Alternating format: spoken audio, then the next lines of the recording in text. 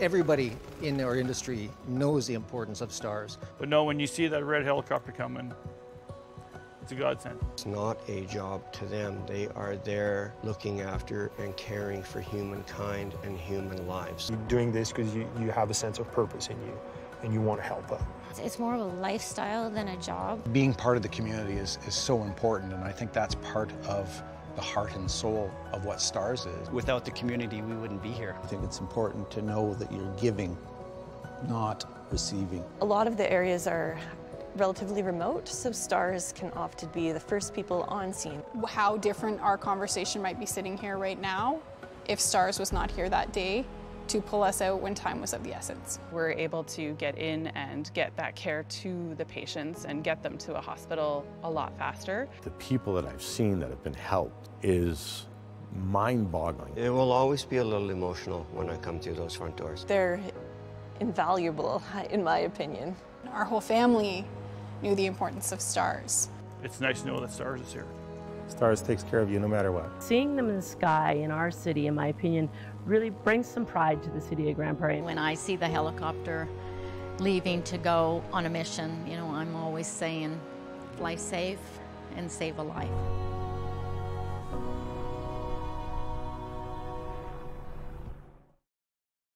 I've often been called the mother of the Grande Prairie base, and I do feel that strong connection. I started with the Grande Prairie base 10 days before we opened, so I've been here almost 15 years, and it's very near and dear to my heart. Personal experience is what brought me here. Previous to even years when they were thinking about bringing a base to Grande Prairie, my middle son had gone through 3 years, devastating years of cancer treatment in Edmonton. So I was away for most of that time with him, and we had an incident where he was in the Grande Prairie Hospital and needed to be flown by STARS, but STARS was not yet here in Grande Prairie. And so that really stuck with me for many years yet to come. So in 2003, when Dr. Greg Powell and Linda came to Grande Prairie to start to have high-level discussions about bringing a base to Grande Prairie, that was my opportunity. So that was my connection to meet them and help them to develop relationships here to bring that base to Grande Prairie.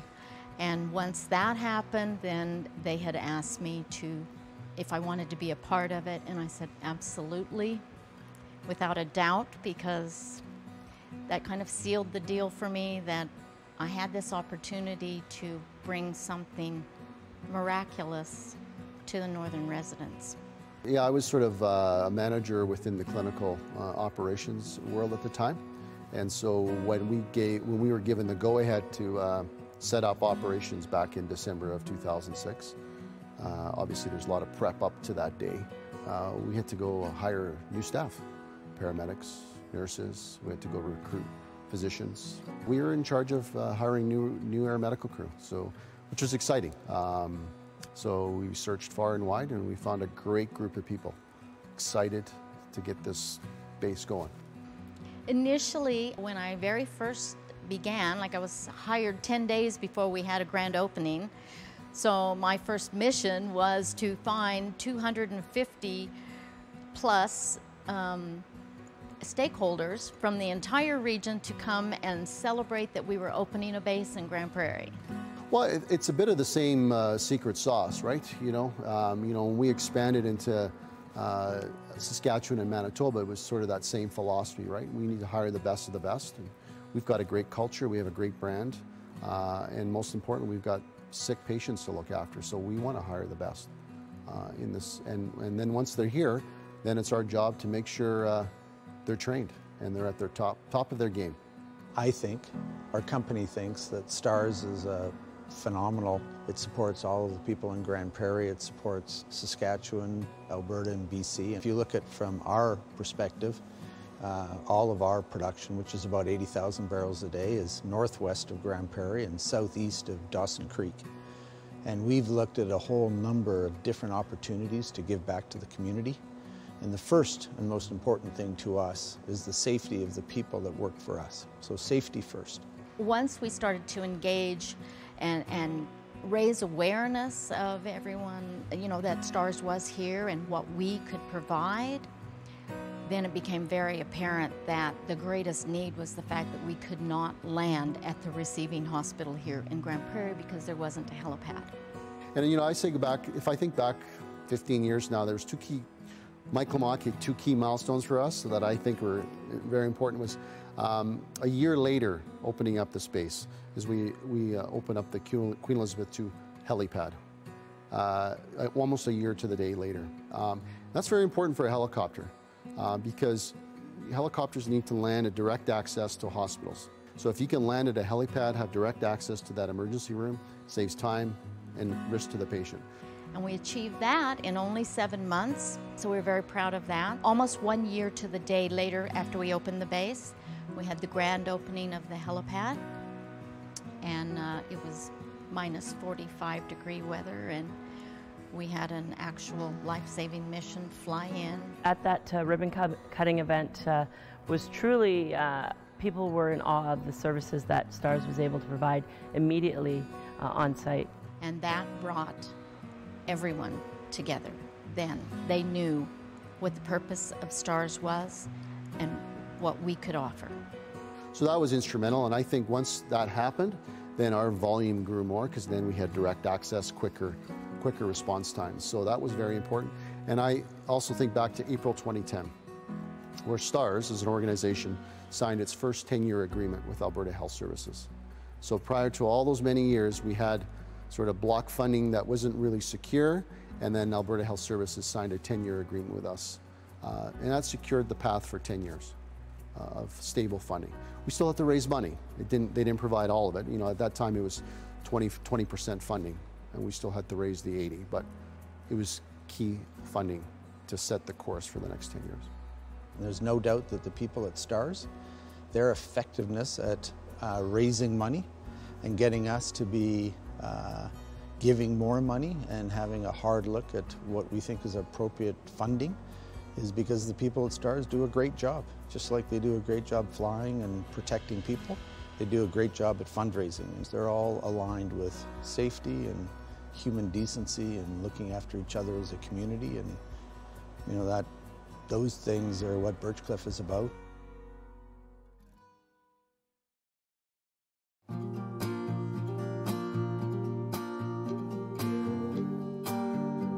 Sandra and I moved up here in 2001 with a 5-year plan. It's now 2021 and we haven't figured out what 5 years yet. So yeah, we're going to be here for a while. I ran a handyman home renovation business is what I was running, and I was working specifically for a company in Grande Prairie, and it was one of those days that kind of started off on the wrong foot for me. I just was having a bit of an off day. Things weren't quite working quite so well. Anyways, I went to work and did that job, and then I have some friends that absolutely love them to death and still in contact with them weekly. And they were building a business in Grande Prairie here, and I was helping them.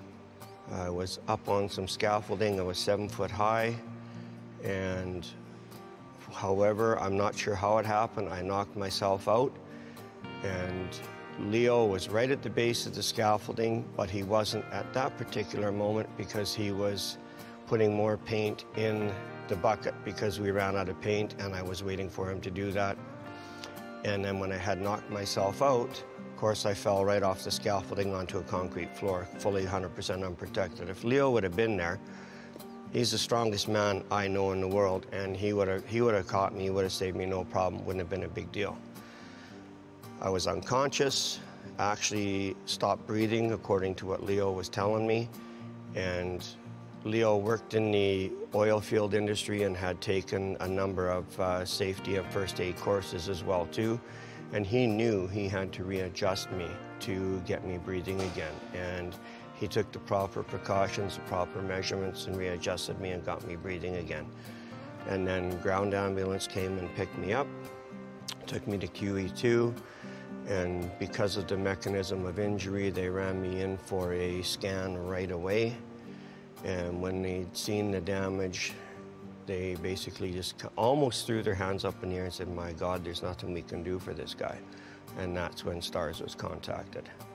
The nature of the injury was that I fell on my head and my left shoulder, so I had a severely dislocated and broken left shoulder. I had an upper third humerus break, a spiral break, and I had 6 internal skull fractures and 2 external skull fractures, and I had a lot of swelling going on in my brain. What they did at U of A is that they ended up giving me the same drug that the US military designed for their boys in Afghanistan, and the same steroid, and they really honestly believe that's what kept me alive. I still say it's my Austrian background and my stubbornness that really kept me going, but in reality, it definitely would have been the steroids, and it would have been the care that I got there as well too. So the level of care right from the very onset right to the very end was incredible all the way through. Like every level, every step of the care, everyone couldn't have done a better job. The ambulatory team that picked me up in Grande Prairie, the 2 of them, I was lucky that night. Between the 2, they had over 35 years experience. It worked out very, very well, very well. When I was in the hospital, and it was the 2nd or 3rd day, Sandra did speak to the one brain doctor there, and she made comment that I was appearing to be doing a lot better. And the doctor looked at Sandra, and he specifically said to her that, well, you do understand and do realize that people usually don't suffer the injuries that Barry's acquired here. And then Sandra looked at him. She honestly didn't say anything, but she instantly thought, well, you don't know Barry. So, yep, I'm stubborn. I'm proud to be here. I'm happy to be here. The crew were just absolutely phenomenal. I owe my life to them. I owe my life to everyone that looked after me. People need to hear the stories. People need to see the individuals that have gone through hardships and come out and been fine. I do have some issues. I still do have some problems. But most people that don't know me don't notice anything at all. So my issues and problems are absolute minimal. So I'm very, very fortunate in that aspect of it as well, too. Very fortunate. I do feel like this is almost a second home for me sometimes when I come in here.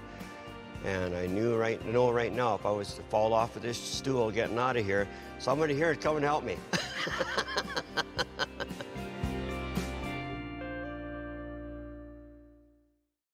The City of Grande Prairie has been a proud and steadfast partner with STARS for over 15 years now. It's really essential, in our opinion, of how it connects the residents of Northwest to larger city services. The healthcare needs in our community are of a size of our nature of city, but as people need a more significant healthcare base, it's a great way for people to be able to be transported from Grande Prairie to the larger cities. It's so near and dear to my heart that I still, I can have a tear come to my eye when I see them go for another mission, because it's vital to us. The rest of the province had opportunity to have access to STARS for 20 years and before we were able to bring a base to Grande Prairie, and it's only through the united efforts of the entire region, oil and gas sector, the municipalities that all came together, service clubs, the community, like everyone did their part, and that's why we're here today. We have a circle, a radius of our flight parameters, usually 2 hours in any direction. We support the field workers, the farmers of Northern Alberta. We support not only our own province, but also British Columbia, which is in our circle, and the need is here and the people support us. For 15 years has it been? I'm not too sure. And the fun is, if you drive a STARS vehicle on a getting parts or something, people recognize you. People say hello. People say, I bought your calendar this year. And the response is, thank you. We love being here. We want to be part of the community. We have a lot of backcountry responses that it takes EMS hours to get to, and we're able to get in and get that care to the patients and get them to a hospital a lot faster, which helps tremendously for our community and gets them to the right care that they need rather than just a quick fix. I represent rural and remote areas of the County of Grande Prairie in the Northwest region.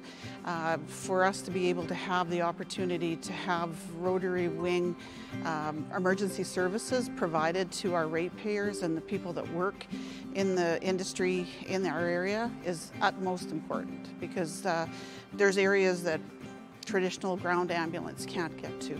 So it's a matter of life and death for some of those people that will be using the service, and we need to have that. We believe in STARS. As many people know, the Northwest is a very vast area. Travel distances for ambulances to scenes can be very long. STARS can make that distance a lot shorter and get the people to medical attention when they need it quicker. Well, certainly being a little more remote. And, you know, although we're Grande Prairie, we're right on the edge of the forest, boreal forest, and the mountains are within, you know, an hour and a half, 2-hour drive away. So there's a lot more activity that goes on there. So most of our calls are scene calls where people run into problems. Additionally, right, we're right on the edge of the gas patch, so there's a lot of industrial work that goes on as well in the area, and we're available for that. So STARS is an extremely important safety backup that everybody wishes to have. It's the same as having an ambulance services or doctors, and STARS just, in my opinion, complements that services that are available for our human health and safety. Grande Prairie's always been a hub, whether it's for people or for business, and having this essential service as part of our base of what we can provide to businesses moving to Grande Prairie, people working in the region, it just provides that extra level of comfort when it comes to medical services. If you have an injury outside in the field that's far from Grande Prairie, the access to STARS really provides a level of comfort for people in our community. Well, you know, back when we opened up the base in December of 2006, you know, we had 20 years of previous experience. So we were operating in Calgary and Edmonton. Calgary started in 1985, Edmonton started in 1991. And so we had 20 years of experience. And what we saw in Grande Prairie, yes, the region was very unique, the remoteness, the population obviously was there, but the patient need was there as well. Like, we had the medical community said, you know what, this could be a valuable asset in this health region. Because when there's someone traumatized, whether they're in a remote part of this country, getting to a rural or to a hospital here like the Queen Elizabeth II takes hours, and where a helicopter could take, you know, half hour, 30 minutes, 20 minutes, right? The speed of getting patients from wherever they, you know, are injured to where they need to go, I think just, I guess, an extra resource, hopefully a very valuable resource for EMS, for fire, for all the members of the community as well. I think that's, to me, a big part of it. We're quite isolated in a way. We're in a northern zone B, as we say, so we're quite northern, far from the big centers. When we go out there and play or travel, we can be quite a distance away from care, from medical care. And there with the helicopter, we can bring the help to them and bring them faster to the proper medical care. As a pilot, in being part of this crew and the team that will help them, that's where I really get my sense of purpose. The fact that STARS is here and can provide that service, especially when we get remote scene calls, I think that's huge. That's huge for the community, for them to know that we're here and that we can go to a variety of different locations. You know, we've had so many different calls, quad trails, horseback riding in the mountains, really remote locations that we're able to get to with the helicopters. So I think the community understands how important it is that we're here, and they appreciate that we're able to go to so many different locations in the area. Most of the helicopter missions we do within our organization is going to a rural hospital and then transporting to a larger center like Calgary, Edmonton. Where Grande Prairie was a bit different, it was the flip, it was the reverse. We do more out-of-hospital trips. So not going to a rural hospital. So whether it was a all-terrain vehicle, industrial site, we call them high-risk activities. So those very unique here. And so we thought there would be value to set up a helicopter EMS operations here. And we felt we were successful.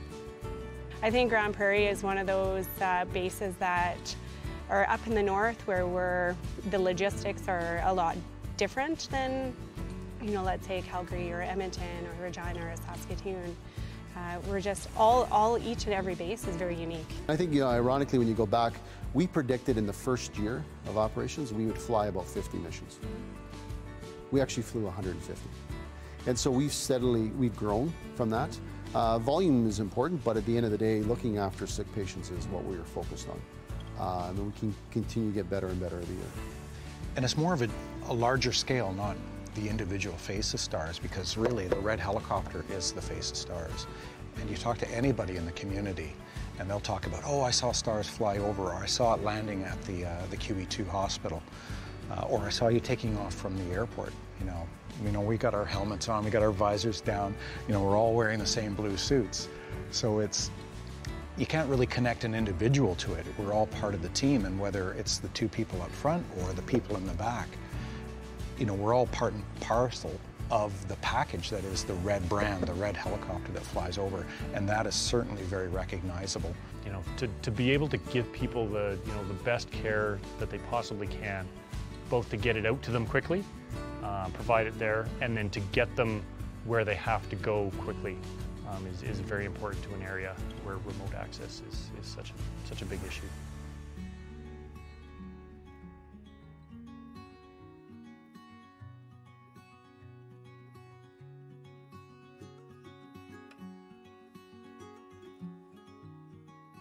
Camping long weekend, August? August long weekend, 2007. 2008. 8, yep. Let's go camping south of GP here, a couple hours. My brother and sister-in-law and their one dog, and we spent the night in the tents the first night, and then we looked to the west and there was a great big storm cloud. So it's like, okay, well, let's get out of here, because we had to go down a pretty gnarly hill to get down to these flats. So it's like, and we all know the mud out here is just like grease. So we said, let's pack up. So we were down at the river at the time, and I could see our tents and trucks from the river. So my brother hopped on his three-wheeler. I hopped on my quad, put my sister-in-law between Lindsay and myself. And it's literally a 2-minute ride back up to the truck, and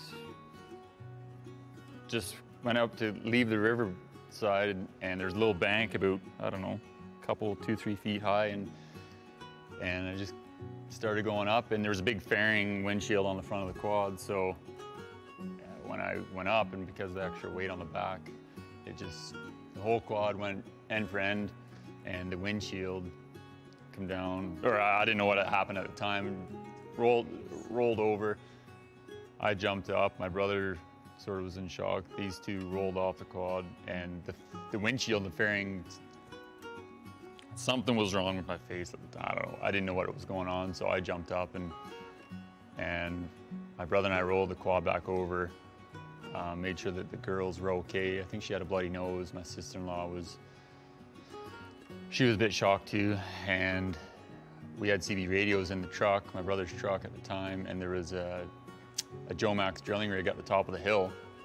So I said, let's get the trucks, call the drilling rig, because there would be a medic there on site, and I said, something's not right with my face. So he called the medic down, he come down, or he said, can you guys meet us at a lease, you know, part way up the hill type deal. The Star site. Or Star site, Yeah, whatever. He called in and medic showed up. And then that's when you guys were called, Stars was called. Airbus me from site down to here, the hospital here. Got me hooked up on intravenous, gave me a shot of whatever, morphine or whatever, and figured that it was probably best that they airbus me from here to Edmonton. Spent the night there, and then the following day, face plastic surgery. Three plates left, 3 plates inside my face. And then laterly, a day after, I was sitting in a lazy boy at my house here. So, you know, it was one of those things at the time when you don't have a sweet clue what's going on as far as your injuries, so. You know when you kind of say you have an out of body and you're kind of watching and observing in your own world? That's kind of what it's like looking back on it, because you have so much adrenaline in your body in that moment that you really don't magnify what's actually happening. So when we flipped the quad, I knew right away something was wrong with him. We could see, like, the swelling had started. My second concern was my sister-in-law, who was carrying my nephew at the time. She was pregnant. So there was a lot of emotion. So our biggest concern was, thankfully we had Chad, his brother, and his brother took him back to get to the site, and we knew we were with the CB radio and left the 2 of us. I believe sometimes in the perfect accident, if that makes sense, a lack of judgment, but everything else fell into place perfectly. The medic that showed up was an actual paramedic. This is not someone who had taken a little course. So we knew we had an expert working with him from the beginning. And he knew right away to get Stars involved for us. So this was our first encounter with Stars, and we had lived out here for about a year. So I remember the helicopter landing, because I remember dust flying absolutely everywhere, and we had Brett on the backboard under a blanket at that point. I remember the calmness. The crew was just, you know, this was a normal day in the office for them. Come in, you guys okay? Checked in with my sister-in-law and I to make sure we were okay to do the drive out. And when we did that, it was literally in a blink. As soon as they landed, we had him loaded and hooked up, and they were on their way. I remember getting on the helicopter, and, you know, there was, I don't know if you look at the perforated ceiling of the helicopter, right? I could pick out a happy face, and that's what I just focused on, the happy face on the top of the helicopter, and from there to here in GP, and I just stared at it the whole time. And from there, everything was sort of a blur, I guess. Get landed and then into the hospital. But I'll never forget the calmness, and it was just a really reassuring. I knew he was in good hands, because there was kind of that panic moment going, I have no way to reach you right now. I hope everything's good. We'll be at the hospital in 2 hours, essentially. But it was just a lot of emotions driving to the hospital, for sure. You don't plan for bad things to happen because you don't really think of an escape route. But I think about if we would have had to transport him out from in the back of the truck, so to speak, I was going, well, I don't know how we're going to do this. I don't know. I got basic first aid. You know, I can't deal with what we're dealing with right now. And so it was a relief going, okay, he's taken care of. We're okay. He's going to get to the hospital quicker than we can get him to the hospital. And then there will be people there that can run the scans and figure out what is going on. So it was, as overwhelming and crazy as it was, I knew that was the very best thing that ever could have happened for us, that we were at the site that a Stars could land. Like, you know what I mean? We couldn't have had a better location, and now we're very more aware of where sites are for Stars when you're on those back roads, for sure. I think it was, the whole, like, broken the bones. Yeah, this orbital bone zygoma was all mangled. They had, you know, had to do some reconstruction there. You know, at the time when you're down there, you see all the swelling going on. You don't know if it's, you know, major concussion type deal, or, you know, what else is happening. So after, you know, I wake up from surgery, it's like, oh yeah, okay, well, this is, you know, they put one plate in through here. To the corner of your eye. Yeah, they put one plate in above my eyelid and then one plate up into my lip. It's like, oh, okay.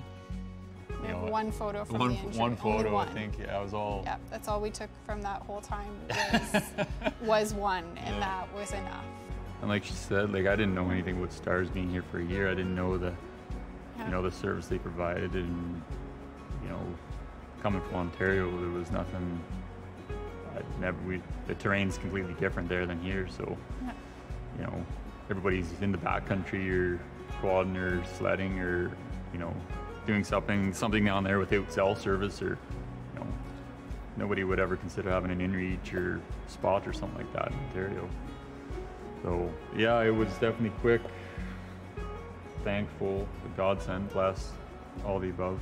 And one of the things that I knew enough that time is of the essence of everything, right? With your basic first aid courses you get, you know that initial treatment, and especially when you don't know what's wrong. And as I said to you, that road that we had to drive out on was awful.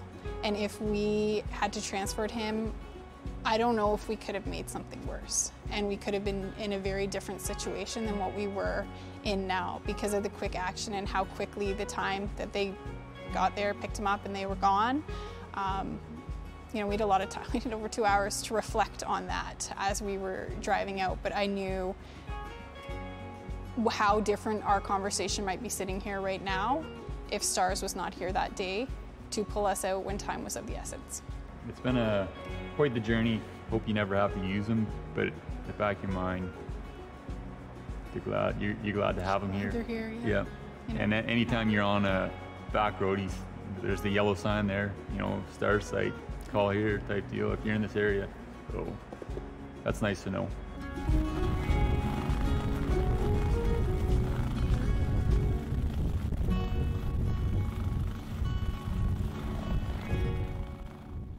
We always work together as a team. We each have our own roles. We each have our own jobs, but together, that's what makes the package. And we couldn't do what we do without the other. So all of us are very much aware of how we work together and how well we work together, that we consider ourselves all the same. We're doing the same job, we're getting to the people that need their help, and we're getting those people back to that higher level of care at the hospitals.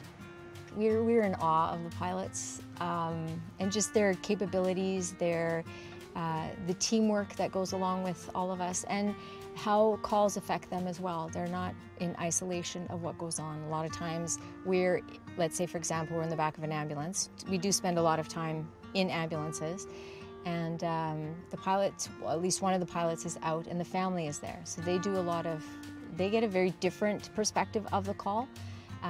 Things that affect them as well is how we react.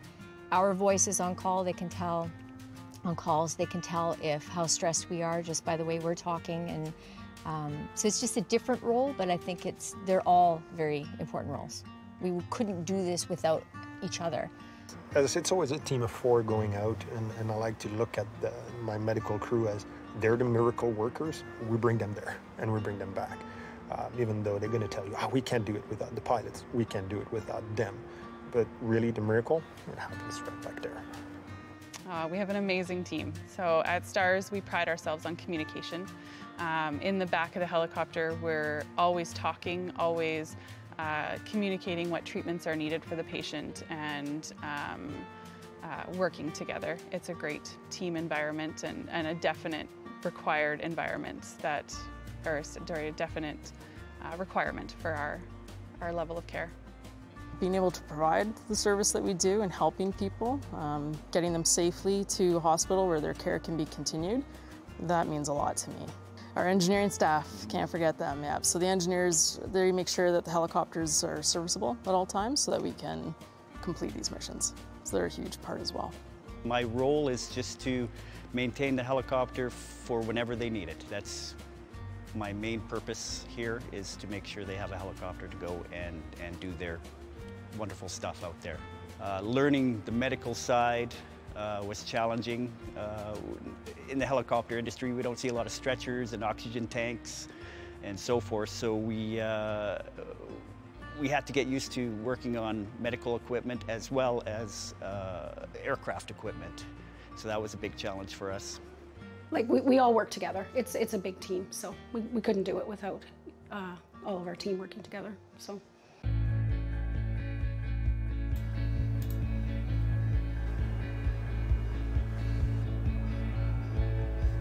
The training is a huge component of everything that we do here. We do so much training all the time. We definitely have a real focus on education here at STARS, and we have a dedicated educator. Mark Woods, he's our new educator here in Grande Prairie. He and I work together oftentimes to develop scenarios. We have a huge education team that is central to our organization, and they develop scenarios that we use organization-wide, and we provide human patient simulation scenarios on a quarterly basis for all our teams across the entire STARS organization. It's very important. Important work that the education team does here, and in order to do the job of flight nurse and flight paramedic, we have to be highly skilled, and we have to practice a lot because we're critical care, and in the north here we're pretty specialized in what we do in our rotary wing environment, and so that education has to be second to none, and it is. STARS has made sure of that. I worked as an advanced care paramedic on ambulances for 20 years. Critical care is something that STARS brings to the communities around it, and I think that by getting higher level of education and constantly training with other physicians, we're able to provide that training, something that as an advanced care paramedic is something that we always dream of. And so all these people we have mentors assigned to all our new hires. So they've been educating and working with them. It's not just the educator doing it, it's all of us. And because we all fly together, and we want to make sure that our partner that's with us is, you know, on the same level we are, and so they're very supportive of one another. And I have heard from our new staff members, they've said, you know, I have never come to a job where I felt so supported in my role. And that makes me really happy. I've always just loved patient care. I've done all different kinds of nursing in my life. I've done pediatric nursing, I've done emergency nursing. This was just a new challenge, doing it on an aircraft and working with pilots and working with different agencies. And I love the collaboration piece of it as a flight nurse, working with ground EMS, working with fire, working, as I said, with aviation. Like it's just a whole different aspect of nursing that I wouldn't have been exposed to had I not come here. And the patient care, caring for patients, the challenge of it, and the positive outcomes you see when you're able to provide that rapid transport for someone who's got a very time-sensitive illness. That's very rewarding and very satisfying. There's been many calls that I can think of that if it hadn't been for us actually flying and being faster than another mode of transport, the patient probably would not have made it to survive. And I mean, it's not all outcomes are positive like that, we know that, but for the most part, those are the ones that just stand out for me. And I just have a passion for patient care and this environment. It's a wonderful, wonderful experience.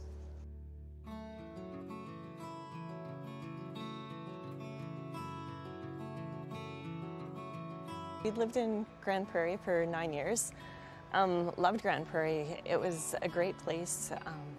You could easily get out of the city and explore the wilderness. I've always worked in biology, and my husband, he works for STARS Air Ambulance, so we originally moved up there for his job, and then I started working for the government when we were up there. Yeah, I was working for fisheries management, so we were working on all the different waterways, lakes, rivers, streams up there. So my, I guess, accident happened in August 5th, so we're almost at a 7-year anniversary of it. We were approaching the end of our summer sampling season, and usually we work in groups of 2. This time we were a group of 8, and we had driven the 2.5-hour drive southwest of town to Nose Mountain. So the road in there, it's all on old logging roads or oil and gas roads. So we'd driven the 2.5 hours southwest of town, and we'd made it up onto close to the top of Nose Mountain. We set up camp in an old decommissioned well site. It was surrounded by a regenerating cut block. It was a great evening. We're never in a group of 8, so it was fun seeing coworkers we haven't seen all summer. And there were a couple large electrical storms that were moving through the area. So after everyone was in, it had poured rain and the road out was probably in terrible shape. But we were there for a few days. We had a helicopter scheduled to come the next day and pick us up and fly us into our hard-to-reach locations. So the evening was going great. It was about 10:15 and we were getting ready for bed. And I found myself about 40 meters away from the group, and I was in the cut block. I was walking back to the group when suddenly, a couple of feet in front of me, a cougar's head just kind of popped out of the bush and was staring at me. Like, I'd worked in remote areas for about 12 years at this point in time, and like I'd been used to encounters with bears, but never a cougar. Like, there was nothing that gave me a clue that it was there watching me. So it was so close I could reach out and touch it. I usually always have my bear spray on my hip, but I guess with the large group, I left it back at camp. I wasn't very far away, and there were so many of us. So the cougar began to approach. I began to step back. It was kind of like this delicate walk we were doing. It kept coming closer. I kept coming back. I was yelling to alert the other people I was with. Then the only thing I had was this 2.5-foot spade I was carrying. I began swinging at the cat, hitting it in the face. It kept coming, managed to dislodge a little bit of, or get its face, dislodge some hair, but it just kept coming towards me. So to this day, I'm still not sure what happened first, if I tripped or if it was the cougar that pounced. The trip and the pounce seemed to happen simultaneously. The cougar's top canine sunken up here at my hairline, the bottom at my lower jaw. Instantly, I just feel heat from blood pouring down my face. I was on the ground at this point, and I was able to quickly roll onto my stomach and protect my organs and cover the back of my neck to protect it. The attack was really quite vigorous. It bit down on my head, let go, bit down again, this time picking me up completely by my head and just shaking me around like I was a rag doll. The power and strength of the attack was pretty impressive. Put me down, picked me up by my head again, and this time it bounded with me about 10 meters. It was carrying me completely off the ground into some pretty dense, thick forest. I really began becoming concerned at this time that I don't know how I'm going to get out of this. I don't know if my coworkers will be able to find me. Luckily, when I first started yelling, my coworkers ran towards the sound. And luckily, there was a lot of really tall, strong people there. They came into the cut block, couldn't find me. Then they saw my legs shoot up in the air as the cougar picked me up again and was dragging me deeper into the thick vegetation. So they ran at it to find the cougar standing on my back with my head engulfed in its mouth. So Miles and Chad ran. Miles kicked it off mid-stride on my back. But the cougar didn't leave the area. It stayed around, kept circling, kept trying to get closer. Like, at that point, I thought my skull was fractured because the sound of a large carnivore chewing on your head is a horrible thing. There was a lot of popping and cracking. So they started doing first aid. Everybody else soon got there. We had like a safety plan set into the fire center. We had radios, we had satellite phones, cell phones, spot, messengers. With all the electrical storms that were passing by, our sat phones kept dropping calls. The spot messengers take a half hour to send. There's no cell phone service. There were too many storms to have the radios work. So it took a while in order to get a call out for help For the next hour and a half, they had to apply first aid and fight to keep the cougar back. Too afraid to like move me into our trailer or someplace safer just because we weren't sure what the injuries were. Like I kept really hoping that Stars could come and pick me up because it was a 2.5 hour drive on good roads and it had been raining and the roads could get really terrible. And I couldn't imagine how long it would take for an ambulance to come, if it could even make it down the roads anymore and get me. Like off in the distance, I could hear Stars approaching and it was just kind of this feeling of relief that I'm gonna get out of here. This is kind of like a nightmare we're living and nobody can leave it until I'm out of here first. Yeah, so it landed in the cup block. The crew came over. One of the nicest things you can ever see is a Stars crew leaning over you, giving you a reassuring smile. Right away, I recognized Russ, and yeah, seeing Russ and Kelly leaning over me, Kelly giving me a reassuring smile, just made the situation so much better. It was a real feeling of relief, not just for me, but for everyone else in the cup block that I was getting out of there. I was really lucky. 75% of my skull was degloved, so really I only had skin left on this part. So they had to reattach muscles and skin. I had some holes through some muscles in my head. Half of my face was drooped down.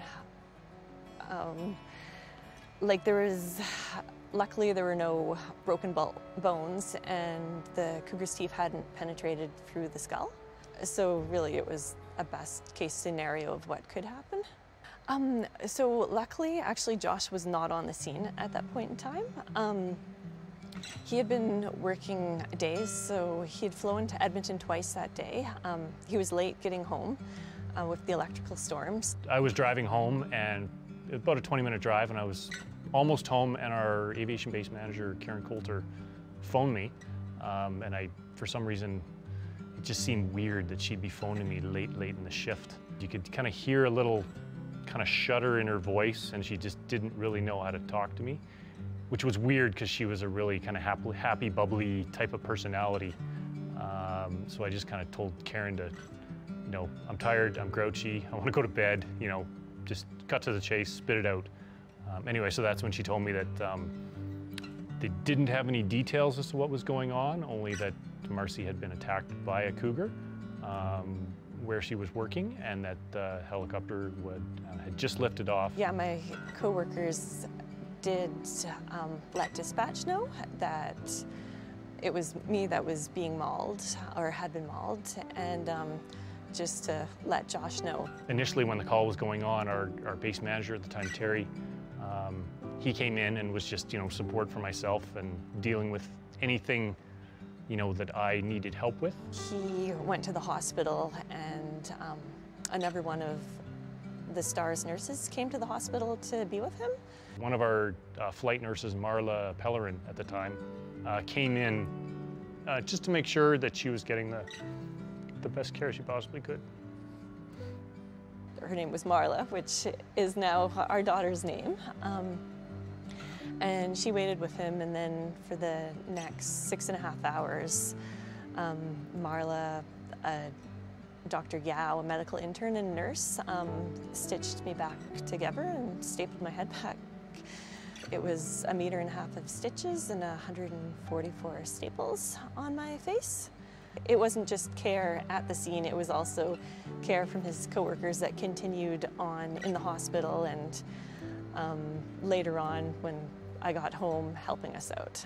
I worked with amazing people, but Josh also works with really amazing, incredible people, and it was Grande Prairie Base is just like one big family where everyone looks out for everybody else. Everything's out of your hands. I mean, you train to have control over those kind of situations, but in the end, there's really not a lot you can do. You just kind of let the scenario play itself out. You know that the right people are in the right place to do what they can, and that's really all you can ask them to do. Being on the other side of the fence, watching the crew do their job gives you a very different perspective when you're actually doing the job. To be able to understand, someone on a scene call, you can see yourself in their shoes. I did go back to work after my accident. In the 2 years after my accident, I met 7 more cougars. I hadn't seen a cougar previous to my accident, but I was kind of on a bad streak of luck, I guess. 4 months later, I ended up being outside as a cougar was trying to eat our dog, so I accidentally ended up about 3 meters away from the cougar again. I feel I have a good life. With the care I got from STARS, the scarring, they were able to get me to the hospital and stitch me up to prevent really bad scarring. The quicker I could get there, the less scars I would have in the end. I'm able to go out, enjoy the outdoors. We do a lot of camping together as a family, and yeah, like STARS helped me have a great life again. STARS, it's just so great to have them there. You know that you're going to get the best care available. But it was also nice knowing that they were friends of mine that were arriving there. You never really expect that there's so many odd coincidences that can happen and how it will impact you as a family, your coworkers, your husband's coworkers, how everybody kind of comes together. It is one of the things in this job that sometimes it can be hard, is that the joys and sometimes the sadness is equally intense. You can have those great joys of seeing the patient you transport, the patient's doing great. Sometimes the outcome is not as great as we would like it to be, and we have to keep on going with it. But that's part of the job, that's part of the commitment, that's part of the passion that we have to do this job, to bring that extra chance to people. Northwest Alberta, especially the county of Grande Prairie and region, is very close-knit community. And so I know several VIPs, very important patients, that have been through an experience where STARS has supported them and their families. And I'm happy to say that the ones that I do know personally have had very successful outcomes with STARS. I've done this for almost 21 years, and there are times where it's more challenging than others, but the teamwork is phenomenal. I'm not by myself. It is more than a job, it's a passion. Doing this job without having the passion of being EMS and medevac, I would have a hard time conceiving it. It can be just a job. You're doing this because you have a sense of purpose in you and you want to help out. Basically, when I do speak to people, they understand that the people at STARS are not just there to go to work. They're there to be ambassadors of the community. In this community in Grande Prairie and surrounding areas, a lot of people work in such remote areas and they play in a lot of remote areas, and STARS has been a huge part of, not only like their ambulance service and that, but also search and rescue and all that kind of stuff. And it's a major importance for our community here. It's and they go to so many areas, like they're so far-reaching. It really is a necessary service here. We can't do what we do without our crew in the back. They can't do what they do without us in the front. None of us can do any of it without the support of the community. And that community support is so tremendous here in Grande Prairie. When we do our fundraising and our calendar sales at the local Canadian Tire or the Save On Foods, the outpouring that we get from the community, even just buying that calendar or making that small donation, not to mention our corporate donors who write much larger checks to support us, to be here for us. I think the gift is in giving. It's not having someone stand up and tell you what you've done for them. The gift is what you can do for others. I think I can speak on behalf of all of my council, past and present council that was involved with supporting STARS and continuing to support STARS, that logo is really important to us because it gives us that feeling of security that we know that our ratepayers or people that are traveling in our area or just anyone in particular that needs STARS service is going to be able to get it when they need it. I think that the community here in Grande Prairie really understands the plus that we bring to them, the extra chance that we can give them by transporting them very fast to the right level of care that they need. We're proud to be associated with STARS because of the type of people that they are and the commitment that they have. We see it from their pilots who come to our golf tournament and the volunteers from Grande Prairie who come to our golf tournament. They sit there all day. They talk to all the people that are at the golf tournament so that they're not just employees of STARS. I think they think as part of their duty to give to the community, they come and promote STARS. And so it's great to have interaction and people feel good about that. They get to talk to a pilot, they get to talk to a nurse, they get to talk to officers of STARS who come up, corporate officers, and talk to our people. It just shows how important they feel this service is to the community. And that's very, very rewarding personally, and I know all of us around the base because we do talk about and we help out with the foundation and show up to these events. When the people want to see that or have that connection with us. Obviously, STARS is a massive operation with massive costs and expense, and as technology changes, there's need for replacement in equipment, and that doesn't come at a low cost. So when you see a STARS ambulance in the sky, it's something you should feel proud of. And knowing that your council and your community supports them so that they can stay here is something people of the Grande Prairie region should really be happy about. We're giving to the community and we think it's important, and it's all we can do to stay here and be connected to the area. And I know there's lots of different things you can do. The funny thing is you have to look at something when you donate money that everybody gets to participate in. Meaning, I know there's the YWCA, I mean, we can go on and on and on, but the one thing that when you give money to STARS, it's good for everybody. It doesn't just pick out one area or one group. You know that somebody's got your back if there's a problem, and STARS is, to us, is that group of people that can make a difference.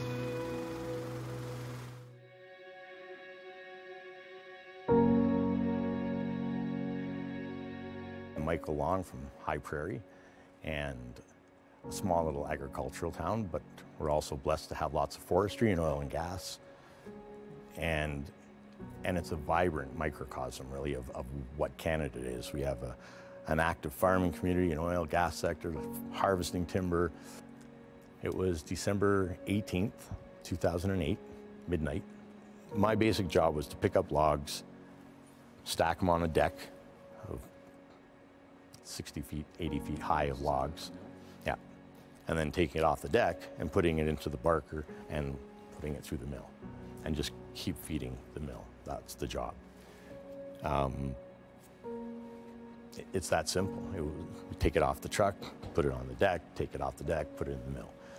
Quite repetitious, but really fun because you get to see everything. You get to see the town, you get to see deer walking through the meadows at nighttime. There's lots of nice things about being a crane operator. But sadly, it all fell apart literally. I always started out with it's a dark and stormy night because it was. It was minus 35, it was blowing, it was terrible. That night, I picked up the last load and I was just about to pick it up and my crane started moving forward in the cab on these tracks. So I lowered the logs thinking maybe it was too heavy. And I lowered them down and I kept moving forward and the cable for my clam was just folding on itself. It was just dropping down to the ground. And I'm thinking, what the heck's going on? And then as I reached back to get my cell phone, thinking I might need it, I noticed in the reflection of the window of the crane that the legs were bending. They're 10 feet in diameter. I didn't swear, I just said, uh-oh, this doesn't look good. grabbed my phone. Next thing I know, I'm out in minus 35 weather. And the power cable that ran the crane is about this big, and it snapped. So it was arcing, basically the 6 feet away from you to me. The lights in the mill shut down. It wasn't until years later, with a lot of good help from WCB and psychologists, that I was able to recall the actual fall.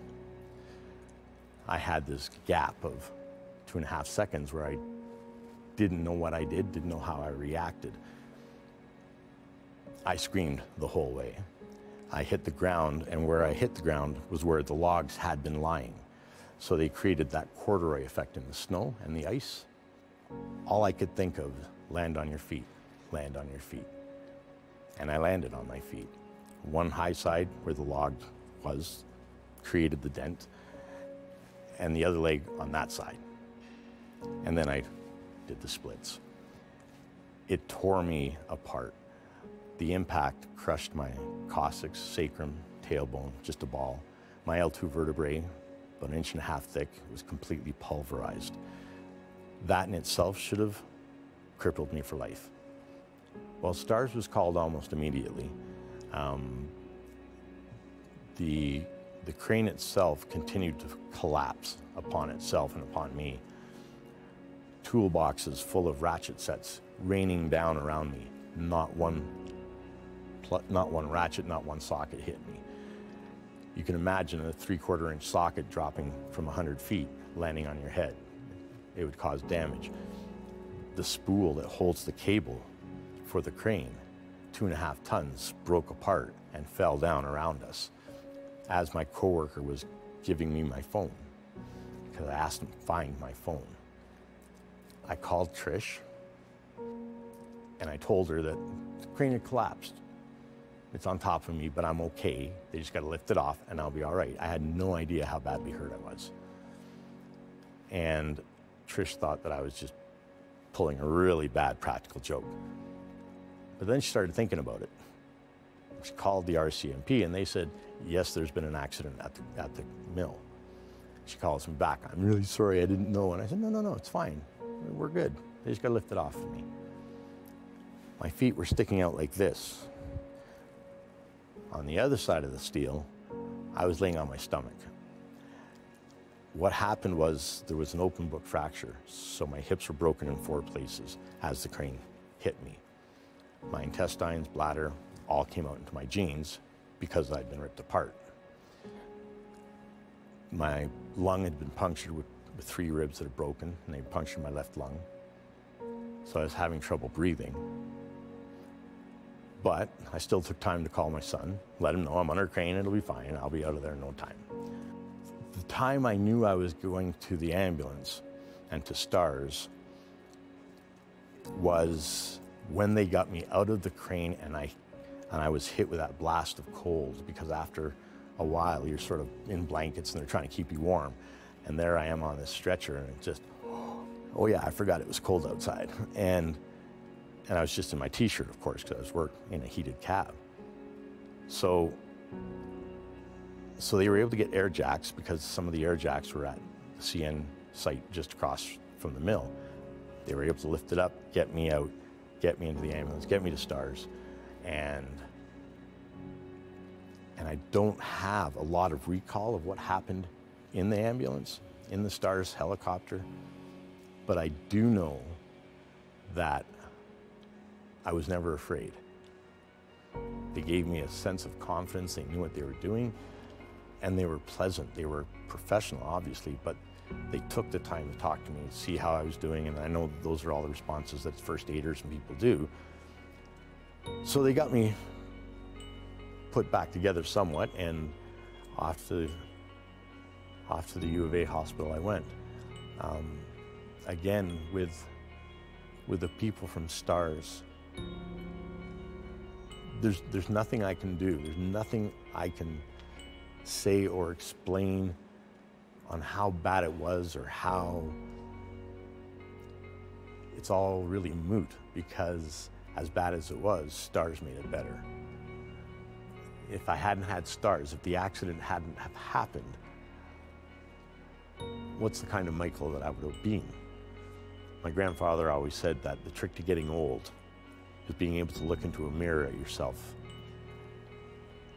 and not having to find God. Know that the decisions that you made throughout life are things that you can live with and that you can look yourself in the face and feel good about yourself. We're not perfect. I look at the mirror and I see cracks, but I know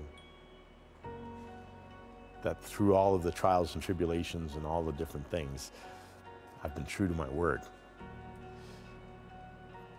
Not just for Daniel, but for Morgan and Lucas and my grandkids, and to my community as a whole. I think I've done the best that I could as a town councillor, as a citizen, as a friend to the friends that have gotten to know me from this journey. They never, not one of them ever left my side. For that, I can say the town of High Prairie is the nicest place. I have been north, south, east, and west in this country, and I've worked north, south, east, and west. And the people in High Prairie never gave up on me. I never gave up on them because I had this sense of obligation that was given to me, that was provided for me from these people. All of this life and this journey that I have would have been nothing. I would have been just another fatality on a job site. They didn't give up on me, so I can't give up on them.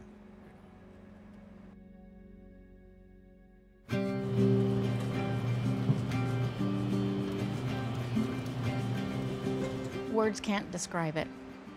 It's like a family, you know. Most of these partners in the north, we've been working together for almost 15 years. And they are there for us as much as we are for them and their residents. We don't do this job to get thank yous. We do it because we love it. We are there for the patients, and to be able to come to them in all these different environments is an incredible opportunity. One of the things that I think is really cool is that we're pretty far away from town and far away from medical services, and one of the things that I think is really amazing is that it doesn't matter who you are or how much money you have or if you have any or don't have any, stars will fly to where the need is and they will take care of you. The state of mind that the people have at Stars gives you that confidence and lets you know that they care and that they have hope that you're going to survive this. When you do, life is great. It's not just the people who work at Stars, it's everybody else in the province that is donors to Stars. Because without all of them, I could have been lying in that cup block easily for 8 more hours, hoping that I'd be able to get out. And a lot can change. Minutes and seconds matter when you require serious first aid. So thanks to everyone at Stars, but thanks to everybody in the province that keeps stars in the sky. Without them, I might not be here. I could not be more thankful for Stars and the group of people that I've been able to know here in the Grande Prairie Depot. When I see a red helicopter, I see like it's either they're training or they're going to help someone, and because it helped my dad. It's a feeling of hope. It's an understanding of that Stars will be there, and that's why they are there for us.